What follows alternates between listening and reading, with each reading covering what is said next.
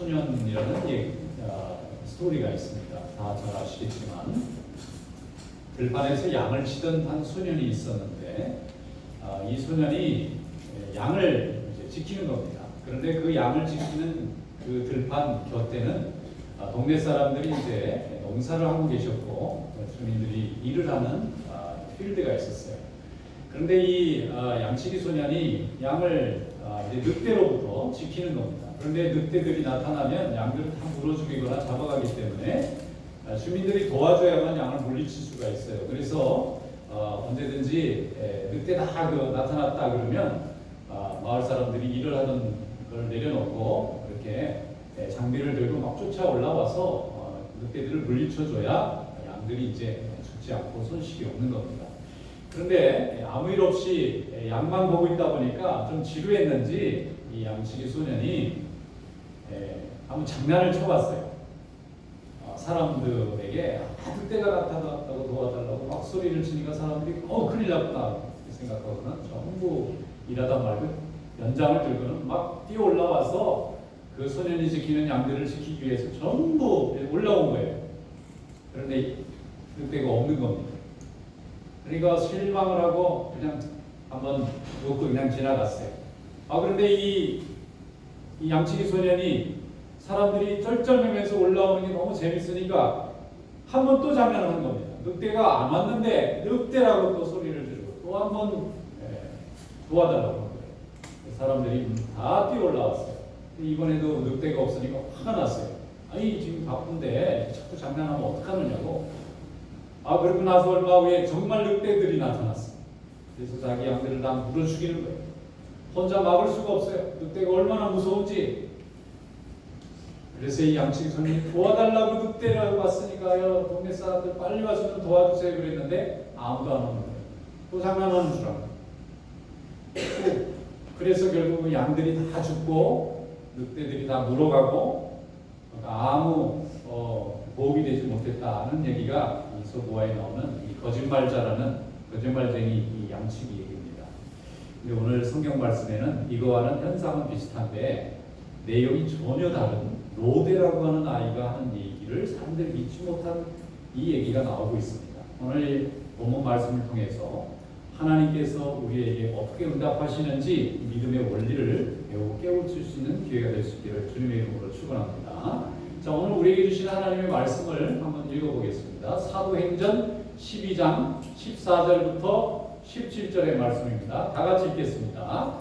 베드로의 음성이 일어나고 보아하여 문을 우리가 열지 못하고 문을 들어가 말하되 베드로가 이름 밖에 섰더라 하니 그들이 말하되 내가 스쳤다 여자인 스바바에 참말이라 하니 그들이 말하되 그러면 그 천사라 하더라.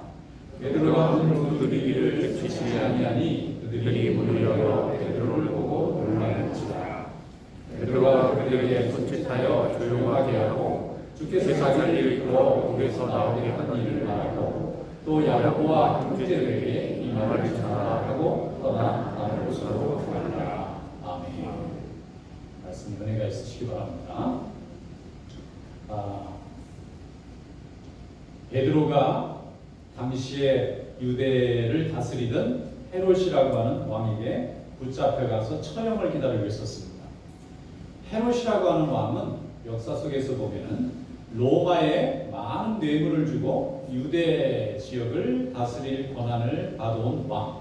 그래서 이런 왕을 분봉왕, 그러니까 왕자리를 이렇게 돈 주고 나눠줬다 해서 분봉왕이라는 말을 씁니다. 근데 이 사람이 유대 사람들을 다스리는데 자신은 유대 사람이 아닌 거예요. 에돔 사람이에요. 에돔 사람인데 유대를 다스릴 왕의 권한을 로마가 지배하던 로마 제국의 시대니까 그 지역 한 지역을 다스릴 수 있도록 권한을 받아가지고 와서 왕 노릇을 하는 거예요. 이런 사람은 특징이 정통성이 없잖아요. 한국을 다스리는 대통령이어야 되는데 일본 사람이 와서 다스리는 것과 비슷한 겁니다. 그러니까 권력은 가지고 있는데 지지 기반이 전혀 없으니까 이 사람은 항상 불안한 거예요. 왕을 하다 보면 자기를 암살할 사람들도 있고 자기의 권력을 뒤엎을 사람도 있기 때문에 어떻게 하면 사람들의 지지율을 올려야 되나 생각해서 성전도 황금으로 크게 의리아에게 지어줬고, 그리고 이스라엘 사람들이 좋아하는 일이면 무슨 일이든지 다 하고 있는데, 가만히 보니까 유대인들이 새로 탄생한 교회를 싫어하는 것을 알게 됐어요. 그래서 교인들을 핍박하고 있는 것을 보고 저 교회를 자기가 대신 핍박해주면 유대인들의 지지를 한껏 얻겠구나 하는 생각에 예수님의 12사도 중에 하나였던 야고보를 데려다가 처형을 했더니 유대인들이 박수를 치고 난리를 치는 거예요. 이야, 이거 지지율에 상당히 도움이 되네. 그래서 이번에 또 하나를 잡아다가 또 죽이면 유대인들이 나를, 이 정통성 없는 왕을 상당히 밀어줘서 내 통치에 꽤 도움이 되겠다 싶어서 다음 교회 지도자를 누굴 잡을까? 뭐 왕이니까 뭐 정보원이 대단하고 권력이 대단하잖아요. 근데 베드로가 수제자라고 하니까 그걸 그럼 잡아다가 죽이자. 이래서 베드로를 이제 잡아왔어요. 그리고 이제 며칠 후에는 유대인들의 잔치에 베드로를 죄목을 뒤집어 씌워서 처형을 시키려고 16명의 군인들로 하여금 이렇게 지키도록 감옥에 가둬놓은 거예요. 교회는 큰일 났습니다. 예수님이 승천하신 후에 교회가 성령 받아서 세워졌는데 이 교회를 이끌어가는 리더들이 12사도잖아요. 그런데 그 중에 야고보가 먼저 순교를 했고, 순교할 때는 헤로당이 잡아갈 때 설마 죽이겠나. 왜냐면 이 사람이 법을 어긴 것도 아니고 남을 해친 것도 아니고 저 교인들이 모여서 예배드렸을 뿐인데 헤롯을 뭐 함하거나 뭐 반정부 투쟁을 하거나 뭐 사회 질서를 문란하게 하는 무슨 시위를 하거나 아무것도 잘못한 것이 없기 때문에 왕이 잡아간다 해서 설마 죽이겠나 생각하고 다 별일이 없겠지 했는데 정말 죽이는 걸 보고 깜짝 놀란 거예요. 그래서 교회가 두 번째 베드로를 잡아갔을 때 이제 헤롯이 유대인들의 마음을 얻으려고 교인들을 죽이고 교회를 이끌어가는 주의 종들을 죽이려고 희생물로 삼는다는 것을 깨닫고 마음이 타기 시작했습니다. 교인들은 힘이 없지 않습니까? 교인들이 무슨 힘이 있어서 저 권력자의 손에서 자기들의 사도와 주의 종을 구출해 올 수 있겠어요? 아무 능력이 없으니까 교인들이 할 수 없이 모였어요. 다 모여서 베드로가 죽고 나면 베드로로 끝나지 않지요. 또 그 다음에 또 요한도 잡혀갈 거 아니겠습니까? 그게 예상이 되니까 교인들은 너무 두렵고 너무 무섭고 너무 무기력하니까 할 수 없이 하나님을 의지하기 위해서 다 모여들었습니다. 어느 곳에 모였나 봤더니 마가네 집에 모였습니다. 성령 받을 때도 마가네 집 다락방에서 모였다. 그 마가가 어머니가 아주 재력이 커서 예루살렘에 아주 큰 저택을 가지고 있었는지 거기에 교인들이 많이 모여서 잡혀간 베드로를 죽지 않게 살려달라고 기도밖에 할 수가 없어서 기도를 했어요. 열심히 기도했습니다. 그런데 한참 기도하고 있는데 그 집에 로데라고 하는 이름을 가진 여자 종 하나가 있었는데 누가 밖에서 문을 자꾸 두들기는 거예요. 열심히 두들기니까 이 아이가 문 열어주는 역할을 맡았는지 나가서 문을 열어보니까 베드로가 서 있는 거예요. 그럼 문을 열어주고 오면 되는데 너무 반갑고 놀래서 이 아이가 뛰어들어가서 어른들한테 밖에 베드로가 왔다고 그러니까 사람들이 내가 미쳤구나. 아니라고 정말 베드로가 왔다고 그러면 베드로의 천사가 왔나고. 아니 얘 말을 아예 듣질 않는 거예요. 로데라고 하는 아이를 얘기를 듣지는 않는 거예요. 여러분 성경에 이름이 올라가는 건 보통 일이 아니에요.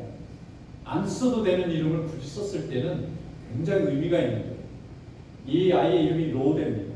아주 가장 어린 아이 중에서 성경에 유일하게 이름이 올라간 아이예요. 어린 아이 로데. 근데 이 성경에서 이 로데라는 이름이 이제 들어갔는데 이 로데가 나중에 분명히 초대교회에 아주 중요한 인물이 되었을 거로 생각이 됩니다. 그러니까 이 사람과 관련된 주님이 역사하시는 사건을 기록할 때 이 아이의 실명을 공유한 거예요. 그러니까 계속 소리가 나는 거예요. 아이 말은 무시했는데 실제 소리가 나니까 문 두드리는 소리가 나는 거예요. 누가 문을 열어달라고 자꾸 이렇게 두들기니까 이제 사람들이 나가볼 때 정말 베드로가 있는 거예요. 사람들이 깜짝 놀랐습니다. 귀신을 본 것까지 놀랐을 거라고 생각해요. 놀래서 그냥 뒤로 쓰러진 사람도 있었을 거예요. 왜냐하면 헤롯이라고 왕에게 야고보가 잡혀가서 죽는 것을 눈으로 봤고 그 다음에 어떻게 거기에 감옥에 가두는 사람을 왕이 지키고 있는지를 너무나 잘 알고 있었기 때문에 베드로가 아무 탈 없이 다친 데 하나 없이 상한 데 없이 온전한 모습으로 나올 수 있다는 것은 거의 생각을 못 해보는 겁니다. 불가능하다고 생각한 거예요. 자신의 상식으로는 불가능하다고 생각한 거예요. 로데가 한 번도 거짓말한 양치기 소년 같은 아이가 아닙니다. 아주 성실한 아이입니다.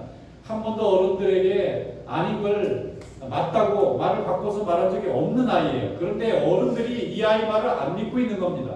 밖에 지금 하나님의 종이 와 있습니다. 우리의 기도하는 중에 하나님이 역사하셔서 왔습니다. 아무리 얘기해도 어른들이 가지고 있는 커먼 센스, 상식, 기존에 가지고 있는 이런 여러 가지 감각으로 볼 때는 도저히 불가능한 일이라고 생각했기 때문에 아이는 보고 말았는데 어른들은 보지 않았기 때문에 믿지 못하는 거예요. 여러분 이렇게 하나님의 일을 할 때 이런 실수에 빠질 수가 있습니다. 하나님은 역사하셨는데 우리가 가지고 있는 우리의 경험들이 하나님의 은혜를 받아들이는데 방해가 되는 인식론을 가질 수가 있다. 인식론이라는 것은 인식하는 방식을 말하죠. 하나님이 역사하시는 일에 대해서 인식하는 방식이 오히려 우리가 가지고 있는 합리성이다. 우리가 가지고 있는 과학적인 분석 능력이다.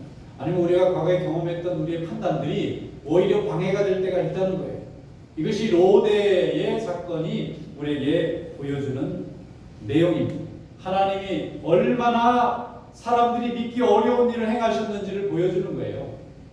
우리는 로데가 거짓말했느냐 안 했느냐 이 얘기에 집중해서는 안 됩니다. 로데는 참말을 했는데 믿지 못한 어른들의 불신앙이 잘못된 거죠. 그리고 어른들을 탓하기도 어려워요. 왜냐하면 상식적으로는 완벽하게 불가능한 일이 벌어졌기 때문에 하나님이 하신 일임에도 불구하고 그 충격은 대단했을 겁니다. 그래서 로데라는 사람의 이름이 있어야만 사람들이 그 사건을 또 기억하고 또 기억해서 하나님이 우리 생각에 거의 불가능하게 가까운 일이라고 생각하는 일을 어떻게 가능하게 하셨는지를 고백하는 간증이 되도록 하나님이 만드신 줄로 믿습니다. 그 중에 어떤 사람은 아주 깜짝 놀라서 입을 다물지 못했을 겁니다. 자기 판단으로 불가능한 일이 자기 눈앞에서 일어나게 된 것입니다. 하나님은 우리가 기도할 때에 하나님은 우리의 기도를 응답해 주실 줄 믿습니다. 자, 여기 말씀에 보면 또 우리가 집중해서 좀 살펴봐야 될 내용이 있어요. 뭔가 하면은 우리가 베드로가 거기서 풀려나서 교인들에게 하나님이 어떻게 자기를 천사들을 보내서 감옥에서 하나 상하지 않고 건져내 주셨는지를 얘기한 뒤에 바로 떠났다는 거예요. 기적의 자리잖아요. 축하받을 수 있는 자리잖아요. 하나님이 베드로라고 하는 사람을 얼마나 사랑하셨기에 이렇게 엄청난 축복을 기적을 행해 주시는지를 간증하고 축하받을 수 있는 좋은 자리지 않습니까? 근데 베드로가 떠났어요. 어디로 가는지 설명도 없어요. 교인들에게 딱 두 마디만 얘기했어요. 조용히 하라. 내가 지금 살아 돌아온 게 특별한 일이 아니라는 거예요. 날마다 우리는 기도 속에서 산다는 것입니다. 이거 가지고 요란하게 하지 말라는 거예요. 베드로 대단하다고 날 올려주지 말라는 거예요. 난 대단한 사람 아닙니다. 하나님이 아니면 나올 수도 없고 살 수도 없는 생명인데 하나님이 오늘 내 생명을 연장시켜 준 거니까 나 베드로라고 한 사람이 뭐 하나님의 특별한 능력이 있는 것처럼 생각하지 말라. 근데 또 하나는 베드로가 이 탈옥이 된 것을 알게 되면 그 뒤에 성경 읽어보면 알지만 헤롯이 찾아내다 화가 나서 16명의 파수꾼들을 모두 다 처형시켜요. 그렇게 잔인한 사람이에요. 이런 잔인한 사람이 베드로를 추격하다가 교인들의 있는 곳까지 알게 되면 교인들이 또 얼마나 피해를 입겠어요. 그러니까 최대한 자기가 어디로 가는지 아무도 몰라야 되고 알 수가 없게 해야 되는 겁니다. 교인들도 걱정이 되고 또 하나는 베드로의 이름이 영광받지 못하고 하나님의 이름이 영광받을 수 있도록 하려면 지금 교인들 안에서 베드로라는 사람이 올라가서는 안 되는 거예요. 그래서 베드로가 어느 곳으로 가는지 설명도 없이 호련히 떠나가 버려요. 베드로는 그때에 생각한 겁니다. 이제 하나님께서 그동안은 베드로를 통해서 많은 병자도 고치고 귀신도 쫓아내고 많은 불신앙의 영혼들을 하나님 앞에 인도하는 일에 쓰셨는데 이제는 교인들이 합심해서 기도하니까 하나님이 천사를 보내시는 것을 보고 이제는 나의 시대가 끝나고 교인들을 하나님이 쓰시는 시대가 됐다는 것을 인정합니다. 이제는 여러분의 시대입니다. 여러분이 기도하면 하나님이 나와 같은 사람도 죽음의 감옥에서 건질 수 있는 능력을 허락해 주실 거라고 하는 것을 믿게 됐어요. 이제는 염려할 필요가 없습니다. 베드로가 옆에 없다 해도 교인들이 기도의 응답을 더 강하게 받고 하나님의 인자하심을 더 강하게 받고 마귀를 이기고 세상을 이기는 하나님의 능력을 더 경험할 것을 믿었기 때문에 기쁜 마음으로 퇴장합니다.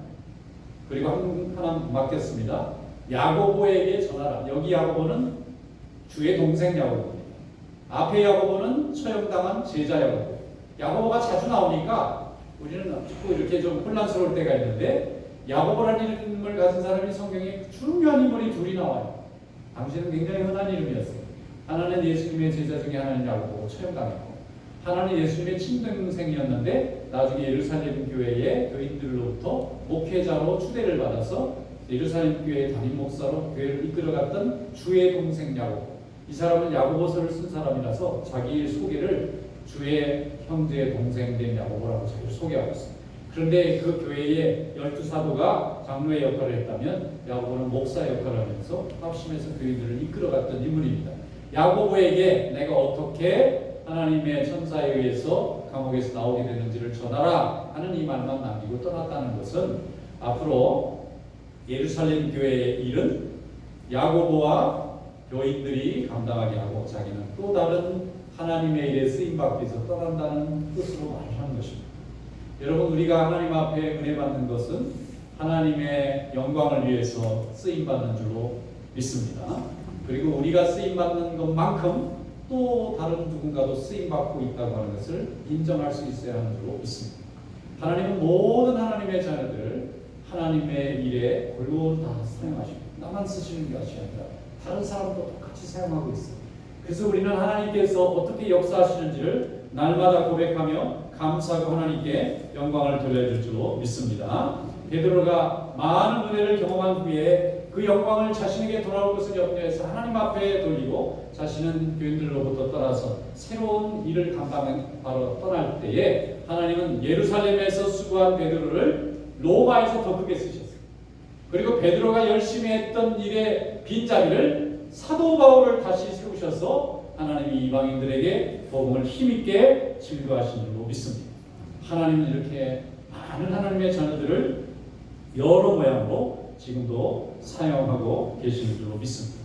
그러므로 우리는 항상 하나님의 말씀에 귀 기울이고 하나님의 은혜 가운데 살아가야 될 줄로 믿습니다. 성도 여러분, 하나님 앞에 우리가 간절한 마음으로 온전히 하나님의 영광을 바라보고 열심히 또 교인들을 사랑하는 마음으로 열심히 기도하고 간구하면 하나님께서 반드시 응답해 주실 줄로 믿습니다.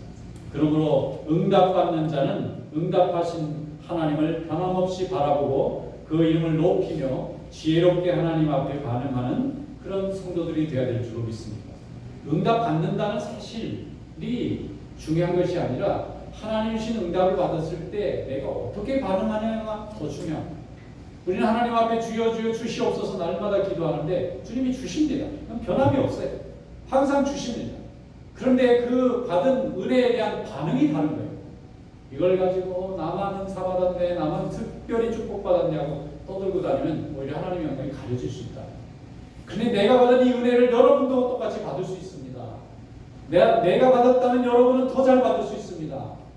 하고 형제를 높이고 이웃을 높이면 하나님이 나의 이 받은 이 기적과 은혜를 가지고 더 많은 축복과 열매를 거두시게 될 줄로 믿습니다. 우리는 로데의 말을 통해서 베드로가 어떻게 하나님 앞에 쓰임받고 성도들이 합심해서 어떻게 마귀의 역사를 물리치고 하나님의 종을 죽음의 구덩이에서 건져냈는지를 경험하고 고백하게 만드신 줄로 믿습니다. 그래서 온전한 순종을 한 베드로였기 때문에 하나님이 온전한 믿음으로 그를 돕는 자들을 세우고 그를 돕는 자들을 통해서 오늘도 하나님께 영광 돌리도록 하나님이 인도해 주신 줄로 믿습니다. 그러므로 간절히 사모하는 기도가 될 수 있기를 축원합니다. 기도할 때 정말 초대교회 성도들이 베드로를 옥에서 건지고 싶은 그 마음으로 그런 간절함으로 기도하시기를 바랍니다. 우리는 기도가 옵션이 아닙니다. 필수입니다. 세상 사람들은 기도를 해볼까 말까 생각해보고 기도하지만 우리는 그냥 자동적으로 기도부터 시작하는 거예요. 문제가 있을 때 우리는 사람들에게 이야기하고 뭔가 지혜를 구하고 해결책을 구하기 전부터 먼저 기도부터 시작합니다. 우리의 기도를 보시고자 하는 것입니다. 그래서 기도는 요구나 무엇을 달라고 요청하는 것 이전에 우리의 마음입니다. 하나님을 향해서 우리가 얼마나 깊은 사랑과 고백을 가지고 주 앞에 나오는지를 보는 것입니다. 그래서 주님께서 내 인생 가운데 얼마나 크고 놀라우신 손길로 일하시는지를 간절히 바라는 마음으로 우리가 하나님 앞에 구하는 것입니다. 그러면 하나님이 마음을 움직이시고 또 환경을 움직이시고 또 생각을 움직이시고 그래서 하나님이 역사해 주실 줄로 믿습니다. 성령이 역사하시는 거죠. 기도에 안테나를 올리는 순간에 하나님의 성령의 이 주파수가 우리와 함께하고 우리 가운데 하나님의 능력이 나타나기 시작하는 것입니다. 사도행전 20장에 보면은 드로아에서 사도 바울이 설교를 하는 중인데 유두고라고 하는 청년이 설교를 듣다가 너무 설교가 길어지니까 졸려서 근데 거기 보면 등불이 망고로 이렇게 돼 있는 거 보니까 등불을 켜놨는데 지금 이렇게 형광등처럼 좋은 불이 있지만 당시에는 그런 게 없으니까 등불을 켜놓으니까 다락 위쪽에 앉아있는 사람은 아무래도 공기가 탁해졌을 거 아닙니까? 그러니까 자기도 모르게 졸다가 그 2층 높은 계단 위에서 뚝 떨어져가지고 방금 숨이 끊어진 거. 사람들이 난리가 났어요. 말씀 듣고 지금 열심히 지금 부흥 집회가 진행되고 있는데 이 젊은 청년이 떨어져서 죽었으니까 큰 사고가 난 거 아닙니까? 하나님 앞에 예배드리는데 이런 참 시험 들 수 있는 이런 사건이 발생한 거예요. 그래서 사도 바울이 하나님께 충만하고 성령에 충만해서 그 청년을 붙들고 잠잠하라 그리고 기도를 했더니 이 숨이 돌아온 겁니다. 그래서 죽었다가 살아나게 된 거예요. 성경에서 기절했다 이렇게 표현하면 기절이지만 죽었다 그러면 죽은 겁니다. 사람들이 볼 때 객관적으로 이게 죽은 게 분명한데 기도했더니 다시 살아났어요. 왜냐하면 복음 듣는 사람, 처음 말씀 듣는 사람들이 주변에 많은데 하나님의 말씀을 들을 때 은혜를 받고 기적을 체험하면 믿음이 더 커지지만 초신자나 믿음이 연약한 사람들은 이런 시험된 사건이 생기면 하나님의 말씀을 다 잊어버리고 그 잘못된 사건만 생각하고 믿음이 없어질 수가 있기 때문에 하나님이 믿음이 연약한 자들을 배려하셨는지 그 청년이 살아난 사건이 기록되어 있습니다. 이름까지 유두거라고 되어 있습니다. 하나님이 주의 종을 통해서 기도할 때 하나님이 세워주신 줄로 있습니다. 항상 다락에서 떨어졌는데 기도했다고 사는 게 아니에요. 하나님의 말씀을 듣고 간절히 사모하고 하나님의 영광이 나타나는 더 많은 하나님의 자녀들이 주님께 돌아올 때 하나님이 그 기도를 들어서 쓰시는 겁니다. 그러니까 우리는 항상 기도해야 되는 거예요. 그 기도를 하나님께서 선택하실 수 있도록 그 기도를 통해서 하나님의 능력과 은혜가 많은 사람들에게 나타날 수 있도록 우리가 기도해야 돼요. 기도하면 하나님이 들어주시라고 믿습니다. 그러므로 날마다 우리의 삶이 기적의 삶이 되고 날마다 기도를 통해서 우리의 삶이 회복이 되고 우리의 믿음이 회복이 되고 그러므로 해서 우리의 삶이 하나님 앞에 축복된 삶이 될 줄로 믿습니다. 어떤 집사님이 몸이 아파서 병원에 갔더니 암이라는 거예요. 암 진단을 받았어요. 빨리 수술해야 된다. 수술 날짜를 잡았는데 이분이 그때부터 모든 인생이 다 끝난 것 같아요. 너무나 고통스러워져. 근데 할 수 있어요? 수술해야 된다니까. 안 하면 죽는다니까. 그래서 그날부터 날마다 모든 것을 다 멈추고 하나님 앞에 기도 열심히 했습니다. 그리고 수술 날짜에 수술실에 들어갔는데 의사가 수술을 시작하려고 했는데 다시 깨우는 거예요. 수술 못하겠대요. 왜 수술? 이상하다. 자기가 의사 생활을 이렇게 많이 해봤지만 분명히 수술을 해야 될 암이 분명했는데 지금 수술을 해보려니까 암이 없어질 거야. 수술할 수가 없고 수술할 필요가 없게 되고 이상하다는 거예요. 이런 경우가 없는데 2달 동안 무슨 일을 하신 겁니까? 뭘 먹었습니까? 어딜 다녀왔습니까? 그리고 아무것도 한 것도 없어요. 오직 한 게 있다는 기도한 것밖에 없어요. 근데 하나님이 이 종을 쓰시려고 하니까 수술하려는 의사가 이상하다고 생각하고 다시 포기를 하고 나가셔도 되겠다. 수술 안 하셔도 될 것 같습니다. 우리가 잘못 봤든지 아니면 정말 암이 맞았는데 중간에 어떻게 알 수 없는 이유로 바뀌었든지. 근데 이 집사님이 얘기했죠. 그럼 하나님이 하신 거다. 할렐루야. 하나님이 하시는 것인 줄로 믿습니다. 지금도 날마다 우리는 일상 속에서 하나님의 우리를 통하여서 그렇게 역사하시는 것을 경험합니다. 그리고 하나님 나라 천국에 갔을 때 하나님이 잘했다 칭찬하는 믿음이 될 줄로 믿습니다. 이런 믿음이 오늘 여러분들의 믿음이 되시기를 축원합니다. 에베소서 6장 18절에 말씀합니다. 모든 기도와 간구로 하되 항상 성령 안에서 기도하고 이를 위하여 깨어 구하기를 항상 힘쓰며 여러 성도들을 위하여 구하라 그랬습니다. 항상 기도함으로 하나님의 역사를 이루어가는 귀한 믿음이 되시기를 주님의 이름으로 축원합니다. 기도하겠습니다.